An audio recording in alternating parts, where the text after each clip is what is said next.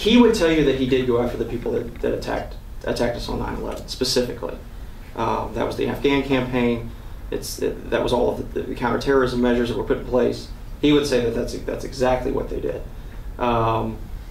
As far as you know, lying about Iraq, I'd be careful using that word. The 9/11 Commission said there was a connection between Iraq and Al-Qaeda. It said there was no connection between Iraq and 9/11, but it said there was a connection between Iraq and Al-Qaeda. So I don't think that he lied about that. You could certainly, you know, you could debate whether that was the best argument to make, whether that was overemphasized, you know, all of that. But again, I mean, this is what makes it so interesting, is that, you know, people are going to have to debate this for years to come. There's no obvious conclusion to how this will turn out.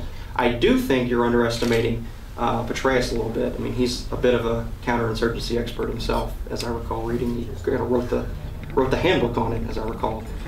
So I think, you know, we'll just have to see how it plays out. But I think it's going to be, I don't know, it'll be interesting to watch and to read all the books. You had a question. Yeah, how do you think historians will view the way Bush delegated the running of the Iraq War to Rumsfeld and Cheney? I think that'll be a pretty. I think there'll be some criticism there, I think, but again, going back to what we said earlier about the policy change. I mean, I think the fact that Petraeus was put in place of Kasey, the fact that Gates was put in place of Rumsfeld, I mean, I think he'll get some credit for that, or he'll certainly argue for credit for that. But one thing I've known from my own history, and I refer here to the work of James McPherson on Lincoln, wars are too important to be left to generals. Okay, Lincoln understood that, and Churchill understood that. I think Bush came to understand that. I don't know if right at the beginning, you know, you heard a lot in the early days about the experience of Vietnam, and, you know, deferring to the guys on the ground and letting them go, and letting them, you know, make the decisions. I think he learned as he went about those years that number one, you better find a really top-notch guy on the ground, which he finally found, and you better be very involved in the process as well.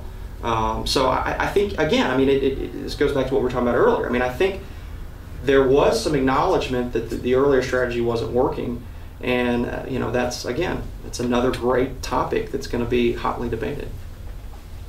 Yes, sir. Let me take you back to your own métier in the administration and ask you how you would assess President Bush and his administration as communicators in their communication operation. A very crude proxy thing, though you probably haven't taken the time to do it, is a rough comparison between the number of national speeches given, you know, to explain policy or to announce important things, comparing Bush's record to Clinton's, Reagan's, even his father's, the number of press conferences in the East Wing, for example.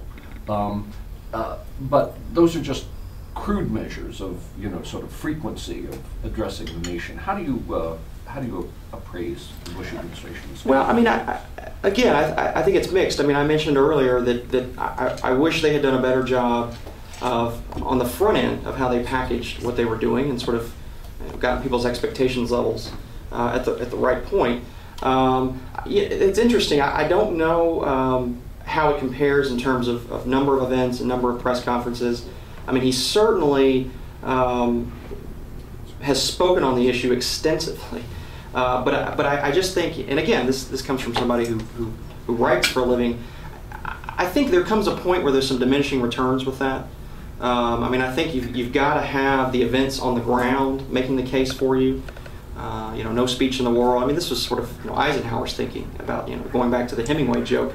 I mean, no speech in the world can make up for the actions that you're taking. That's your speech. And so I think, you know, I think they probably could have done some things better. I think, but that's true of every president. And again, I mean, it all hinges on the events on the ground. And for a long time, the events on the ground weren't going very well. I think it's a little different now, so you know, we'll just have to see. But you know, presidents are they all have their own way of doing it. They all have their own way of communicating. You know, some of them do more of it than others. Some of it are better than others. But at the end of the day, it's still what's actually happening, I think, that matters the most. One last question. Yes, sir. Do you have any major objections to what has come out thus far, as far as crediting or not crediting his speechwriters, particularly Michael Gerson, David Frum, or you know, any of the others that you probably know better than maybe anyone else here? You know, I don't really have anything to say on that. I mean, there was a famous. I will just say that John McConnell and Matthew Scully are the two of the finest writers I've ever known, and they certainly deserve a lot of credit for some of the better Bush speeches. I'll put it that way. They haven't gotten enough credit, maybe. Well, I mean, this was the whole controversy you're referring to.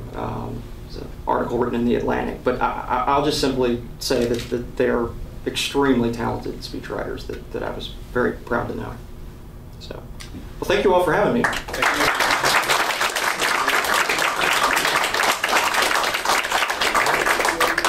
Well, just very briefly, first of all, I want to say thank you for an outstanding speech that's perceptive both from a historical point of view and also an insider's point of view, and that was just the right note that we wanted to strike with that set of remarks at this conference.